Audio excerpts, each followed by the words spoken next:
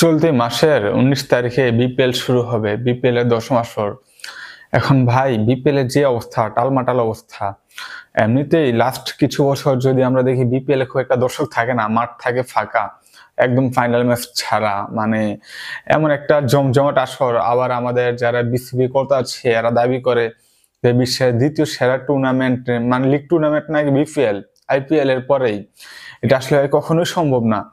সাকিব আল হাসান তো একবার সমালোচনা করছেনই, এটা হয়তো বিশ্বের চতুর্থ কিংবা পঞ্চম স্থানে হয়তো থাকতে পারে। আসলে তাই ভাই, এটা দ্বিতীয় স্থান কোনোভাবে অর্জন করতে পারে না, এরকম কোনো অ্যাবিলিটি এই টুর্নামেন্টে নাই। সমালোচনা তো থাকেই। তাও এবার আবার এর মাঝে বাড়লো কি যে টিকিটের দাম আগের থেকে বেশি। যে টিকিট আগে ছিল 200 টাকা, এটা করছে 300, আর যেটা ছিল 500 ওটা করছে 800, আর 800 টাকা দামের টিকিট করছে 1000 টাকা। না না, হ্যাঁ এমনই বোধ হয়। আর 1000 টাকা দামের টিকিটটা করছে 1500 টাকা, আর 1500 টাকা দামের যে টিকিট সেটা করছে 2500 টাকা। মানে আপনি চিন্তা করেন, একে তো এমনিতেই দর্শক নাই, তার উপর আবার কিভাবে যে তারা এত টাকা এত দাম বাড়ায় টিকিটের। মানুষ এখন ওই যে কথায় আছে, ভাত পানা খাইতে পার্টি দুধ রাইতে, এখন অবস্থা সেরকমই। মানুষের ঘরে ভাত নাই, এত টাকা দিয়ে টিকিট কিনা বিপিএল খেলা দেখবো। আর যেই খেলার নাই কোনো আগা মাথা, জমজমাট কোনো কিছুই হয় না। লাস্ট কিছু বছর তো দেখলাম ভালো একটা উদ্বোধনী ম্যাচ হয় নাই, একটু যে আয়োজন করে একটা কনসার্টের মাধ্যমে বিপিএলটা শুরু করবে সেরকম কোনো আয়োজনই দেখা যায় না। এখন এটা নিয়ে আসলে কি বলবো, তবুও দেখা যাক যে ফেসবুক মহল সেখানে আসলে এই নিউজটাতে কি লেখছে। আমি নিউজটা দেখলাম যে RTVতে, তো সেখানে লেখছে বিপিএল টিকিট মূল্য আকাশচুম্বী, মাঠে যাবে তো দর্শক।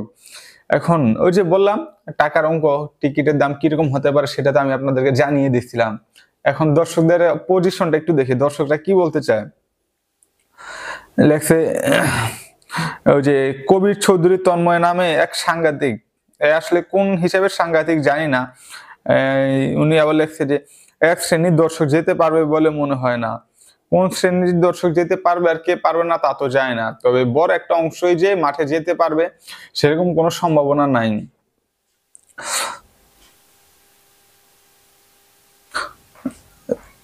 তারপর খেলা না দেখলে কি হবে, একজন লেখছে।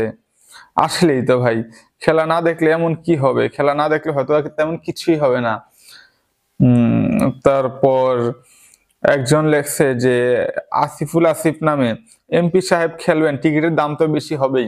এটা ঠিক, সংসদে এখন এমপি সাহেব আছে, একজন নয় দুজন এমপি, এখন টিকিটের দাম তো একটু বেশি হবে ক্রিকেট মাঠে, এটা একটা স্বাভাবিক বিষয়।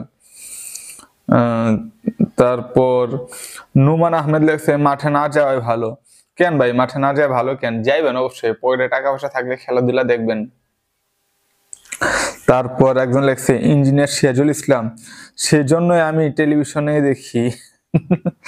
একটা জিনিস কি ভাই, ঢাকা শহরে এত বছর থাকি, আজ পর্যন্ত কোনোদিন বিপিএল কেন কোনো ক্রিকেট ম্যাচ দেখার জন্য মিরপুর স্টেডিয়াম পর্যন্ত আমার যাওয়া হয়নি।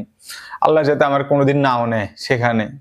কেন না নেই সেটার একটা কারণ আছে, যদি কোনোদিন সময় সুযোগ হয় তাহলে হয়তো বলবো। তারপর টিভিতে খেলা দেখবো কিনা সন্দেহ, মাঠে যাওয়ার প্রশ্নই ওঠে না। এই যে উনি আমার দলের লোক। ভাই, আমরা টিভিতে খেলা দেখবো কিনা সেটা নিয়ে আমাদের সন্দেহ আছে। যদি আমি গতবার শুধু ফাইনাল ম্যাচটাই দেখছিলাম টিভিতে, এছাড়া আমি কোনো ম্যাচই দেখি নাই। আর মাঠে গিয়ে খেলা দেখবো সেটা তো মনে হয় যে বিলাসিতা, ভাই সে ধরনের কোনো এনার্জি আমার নাই। তারপর আলামিন হোসেন লেখছে প্রত্যেক টিমের খেলা প্রত্যেক বিভাগে হলে দর্শক হবে, তার ছাড়া কোনো উপায় নাই। এটা অবশ্যই একটা সুন্দর কথা বলছে যে প্রতিটা বিভাগে খেলা প্রতিটা বিভাগে হওয়া উচিত। তারপর উজ্জ্বল মিয়া লেখছে মাঠে যাব, মাথা নষ্ট নাকি, এত সময় কি আমার আছে? একটা হা দেই, আসলে ভাই এত সময় আমার নাই, আজাইরে থাকি না, তো সময় পাবো কই যে মাঠে গিয়ে খেলা দেখার। তারপর একজন লেখছে তানবির আহমেদ নামে যে টিকিট প্লাস বিরিয়ানি দিলে দর্শক যাবে। দর্শক, এটা ঠিক, টিকিট প্লাস বিরিয়ানি দুইটাই দিতে হবে। যেমন গতবার দেখলাম যে মিরপুর এলাকায় মাইকিং করে করে দর্শক মাঠে টানা যাইতেছে না, মাইকিং করে দর্শক মাঠে যায় না, এবার যাবে বলেও মনে হয় না। তাও দেখা যাক কতজন দর্শক হয়, খেলা শুরু হলে তো আমরা বুঝতে পারবো। আচ্ছা, আর কমেন্টস না পড়ি, অনেক লম্বা হয়ে যাবে তো ভিডিওটা। আজকের মতো এই পর্যন্তই থাকি, এই অবধি থাকুক।